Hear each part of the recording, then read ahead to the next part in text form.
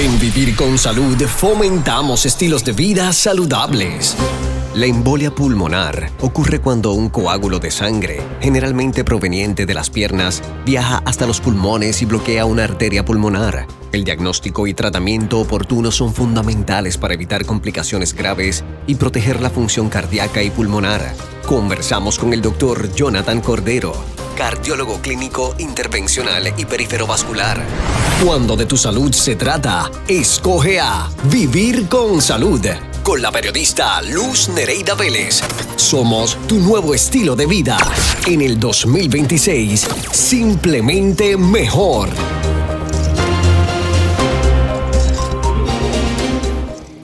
Y nuestra conversación en la mañana de hoy ha estado cubriendo todo lo que tiene que ver con el corazón. Pero ahora vamos a hablar de algo que muchas veces a lo mejor la gente dice, eso pues sí, le puede dar a una que otra persona la embolia pulmonar y no sabemos, ¿verdad?, el riesgo y lo peligrosa que puede ser. Y también, según nuestro corazón bombea sangre a todo el cuerpo, tenemos, ¿verdad?, unas venas y arterias que van de los pies y la sangre corre de los pies hacia arriba. Así que son áreas también que tenemos que cuidar. Periferovascular implica nuestras extremidades. Así que nuestro doctor Jonathan Cordero Jiménez también, aparte de ser un cardiólogo clínico intervencional, también es periferovascular.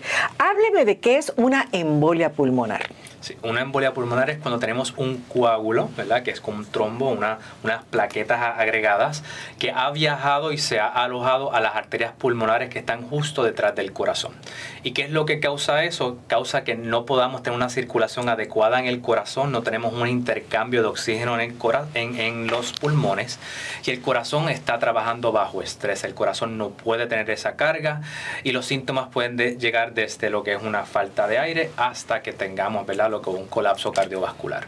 Esto se produce porque esos coágulos comienzan ¿en dónde? En nuestras extremidades inferiores. La causa más común es trombosis en las venitas profundas, ¿ok?, que son las extremidades inferiores.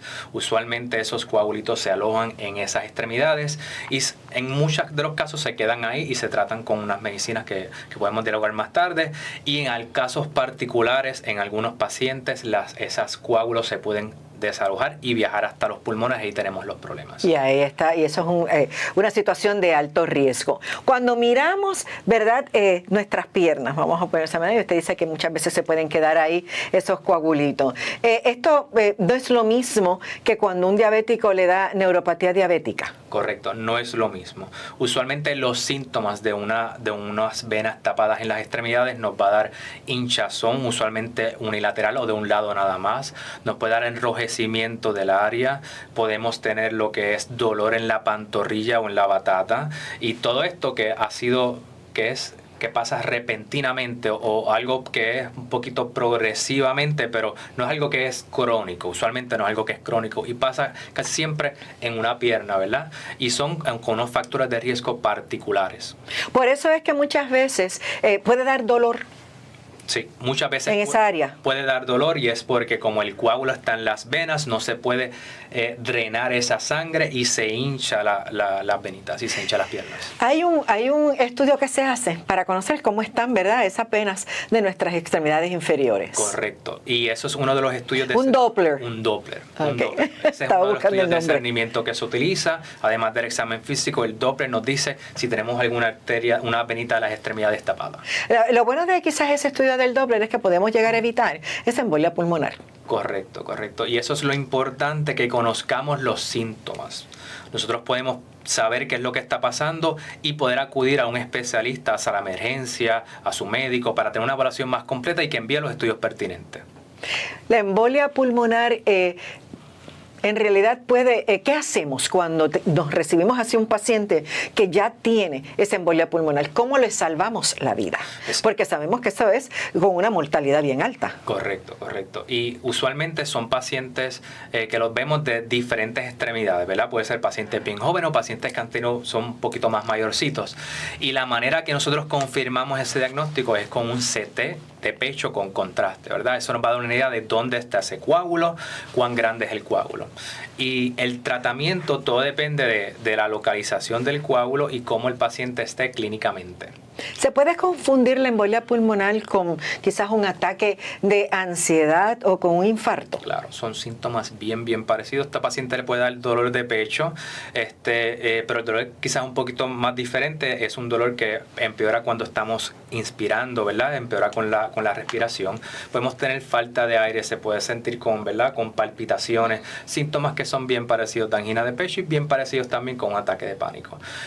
Y lo que parte de la premisa es que no podemos ignorar tampoco estos síntomas, ¿verdad? Tenemos que conocerlos y tenemos que estar bien seguros. Y en esencia, se da mucho con pacientes bien particulares con factores de riesgo particulares.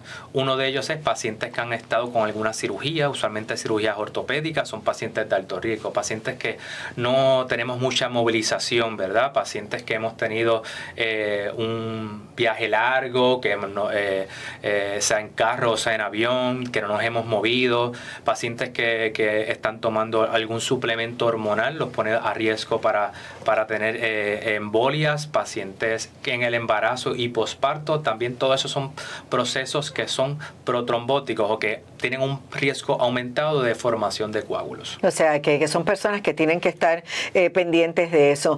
¿A quiénes deben acudir a un especialista como usted periferovascular?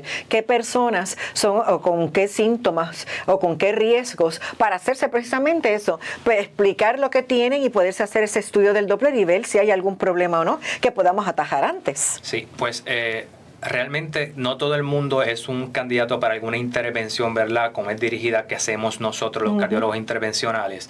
Todo depende de los factores de riesgo. Usualmente en las venitas, cuando la vena está completamente ocluida y el paciente tiene mucha hinchazón, esos son los pacientes que se benefician de tener una extracción, ¿verdad? Para nosotros mejorar el flujo. Pacientes que han tenido una embolia pulmonar, que tenemos un envolvimiento del corazón, que el corazón ya está débil, que el corazón ha aumentado las enzimas cardíacas. Esos pacientes nos indican que son alto intermedio o alto, un riesgo alto. Esos pacientes son candidatos para otras alternativas, no solo médicas como es el anticoagulante, sino alternativas de remoción de coágulos o trombectomías, donde esos pacientes pueden fallecer en cualquier momento. Nosotros los llevamos a sala de cateterismo de emergencia y extraemos esos coágulos para tener un alivio automático de su corazón, un alivio automático de los pulmones y mejorar los síntomas inmediatamente. O sea que la trombectomía lo mismo se usa para el pulmón que para el cerebro. Exactamente. ¿Esa es la tecnología que se utiliza para poder extraer ese coágulo? Correcto, es la terminología, pero las tecnologías varían un poco dependiendo del área en que se utiliza la trombectomía. O sea que para remover entonces una embolia pulmonar usamos una trombectomía, pero para esa zona. Correcto. Usualmente en las trombectomías cerebrales son más pequeñitas. Cuando estamos hablando de una trombectomía pulmonar, la arteria pulmonar es grande, el aparato que utilizamos es un poco más grande. Para poder entonces extraer remover todo el coágulo. Correcto. Y se puede remover el coágulo, o sea, si llega a tiempo el paciente, ¿se puede lograr darle vida? Correcto. Eso es lo que nosotros queremos. Nosotros hacer una campaña de conciencia, de que conozcan los síntomas y conozcan que estamos estos especialistas que hacen este tipo de intervención. Usualmente el paciente, yo lo he tenido, paciente que está con 80 de saturación, las presiones que están bajas, y nosotros hacemos esta intervención y ahí mismo, en sala de cateterismo, el paciente, la saturación sube a 100%, el paciente puede respirar y te lo dice, doctor, ya me siento bien. Y que podemos dar ese beneficio tan inmediato al paciente, y no solo eso, evitarle complicaciones a largo plazo es una satisfacción y un beneficio al paciente que ahora tenemos esa tecnología aquí en Puerto Rico. O sea, que la embolia pulmonar hay que hacer un cateterismo para determinar qué es embolia o no necesariamente. No. Para ese tipo de intervención en pacientes de alto riesgo, se usa el cateterismo, correcto, como la vía. Correcto. Para poder llegar entonces al pulmón y hacer el procedimiento. ¿Es un procedimiento que dura más o menos? Todo depende del paciente, usualmente dura algunos 40 a 60 minutos. Y me imagino que en lo que se prepara el paciente, pues como hora y media. Correcto. O sea, para poder entonces terminar. Así que es importante entonces que nosotros estemos pendientes de no tener, ¿verdad?, problemas en esa circulación, sobre todo en esas extremidades inferiores. Si tenemos algún problema, atajarlo temprano. Correcto. Y prevención, ¿verdad? ¿Qué manera nosotros podemos prevenir esto?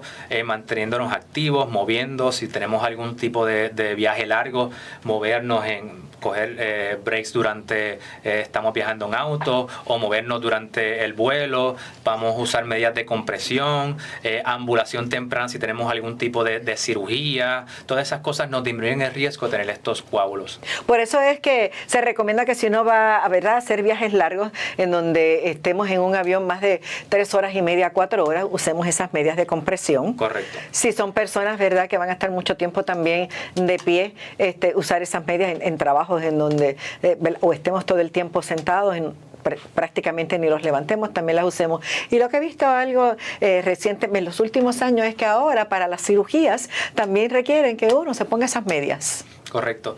Cuando no le van a hacer alguna intervención quirúrgica. Correcto. Es una intervención de bajo costo y nos baja un poquito más el riesgo de tener ese tipo de complicaciones. Y eso es lo que queremos, que cualquier procedimiento que nuestros pacientes se hagan, lleven el menor riesgo posible y el mayor beneficio. Es importante cuidar. O sea, que entonces, ¿cómo yo sé que yo puedo tener algún problema de trombosis en las piernas que me puede llevar a la larga a tener esa trombosis pulmonar? Detectar temprano los síntomas, ¿verdad? Saber nuestros factores de riesgo. Si ya tenemos algún tipo de vena tapadita, ya eso nos dice que tenemos un riesgo aumentado. Si está pasado ya una vez, ya es un riesgo aumentado. Conocer ese hinchazón en una pierna más que en otra, ese dolor usualmente en la pantorrilla y no disminuir los síntomas de falta de aire, de angina de pecho, que siempre tienen que hacer con una evaluación con un especialista. O sea, que siempre van a estar ahí. Tener trombosis en las piernas no es lo mismo que ver esas venas varicosas. Correcto. Porque la gente a veces piensa que tener esas venas, sobre todo las que están bien brotadas, a esa persona le va a dar embolia pulmonar. Correcto. No es lo mismo. Esas venas varicosas tienen que ver con las valvulitas, que son insuficiencia valvular, no tiene que ver con venas tapadas. O sea que una cosa no tiene que ver con la otra, pero también tienen su remedio. Correcto. Y el remedio sigue siendo, ¿verdad?, medidas de compresión, hidratación y en algunos casos algunas intervenciones que se pueden hacer. Y muchas de las intervenciones preventivas se pueden hacer en oficina. Correcto. O sea que hay la forma de hacerla. Yo he visto cómo se compone, ¿verdad? Y cómo en un momentito pueden hilar una cosa con la otra y entonces regresar esa circulación a esa pierna. Eso es así. Doctor Jonathan Cordero Jiménez, mil gracias por haberme acompañado. Gracias por esta visita. Espero que se repita, que no sea la primera y última. Ha sido un placer poderlo tener aquí. Gracias por la oportunidad. Gracias por ayudar a educar al pueblo de Puerto Rico. Esto es bien importante. Agradecido. Siempre. Recuerde 787-680-7318, pero también el 787-454-9020, el teléfono a llamar. Me voy a la pausa. Cuando de tu salud se trata, escoge lo mejor. Vivir con salud. Con la periodista Luz Nereida Vélez. Regresamos en breve.